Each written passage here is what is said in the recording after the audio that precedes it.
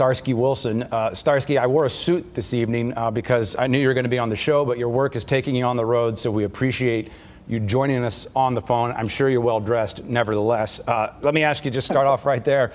We just heard from the decision makers. I'm curious, how much do the conversations you hear coming out of Columbia, Missouri, Jefferson City, sound like the conversations in your congregations? And let me back up and just say St. John United Church of Christ, the Deaconess Foundation, how much do those conversations sound alike? Well, thank you very much for having me. I'm glad to be on in this important conversation. What I'll say first is that I think the conversation sounds absolutely different depending on who you're listening to. And the greatest challenge seems to be right now is that parties are not necessarily listening across all levels.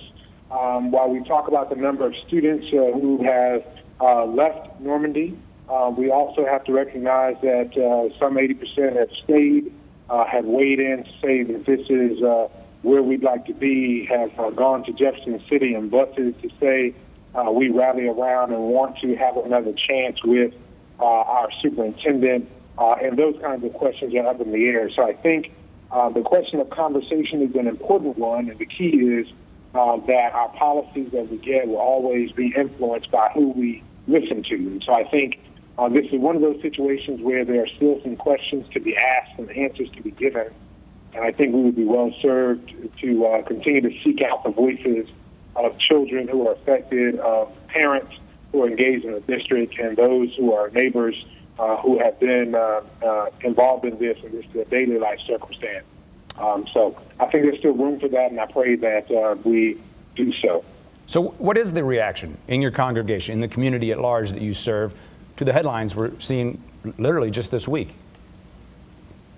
In many cases, there are reactions of fear. There are some who recognize, there are many who recognize that we must do something different. There are great concerns, though, about what the implications of the governor's decision about 493 will be. There are those who are concerned about whether these districts will have an opportunity with resources to go forward.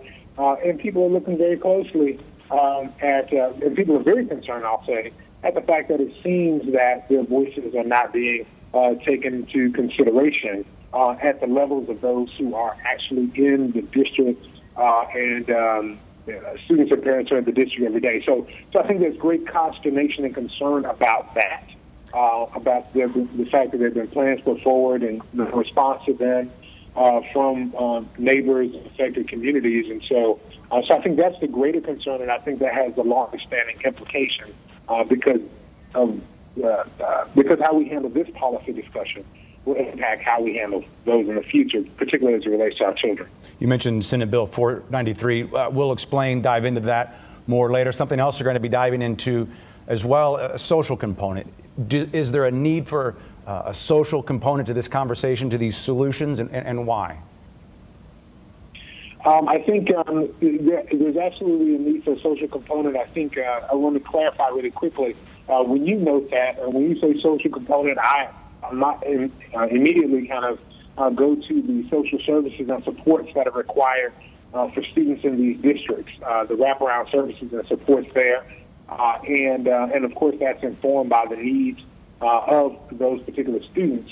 So I want to clarify that that's what you mean, because that's how I'm responding, to say absolutely yes.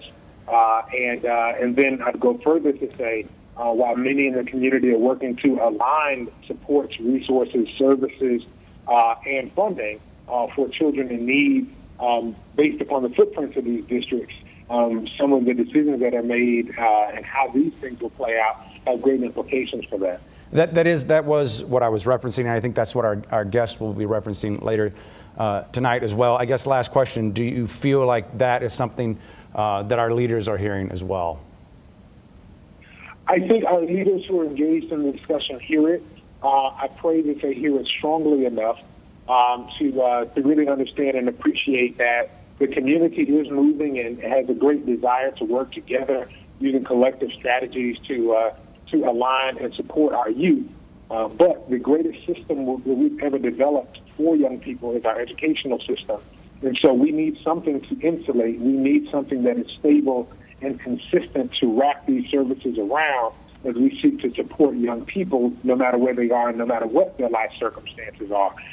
So stability and consistency as it relates to our school districts, particularly those for students who are of the greatest need, is of the greatest importance. None of these other efforts will have sustaining success unless we get the kind of stability in our districts that we need, and that only happens when we all talk at all levels, listening first to those who are most deeply affected, which are the children, which are the young people, which are the parents in these districts.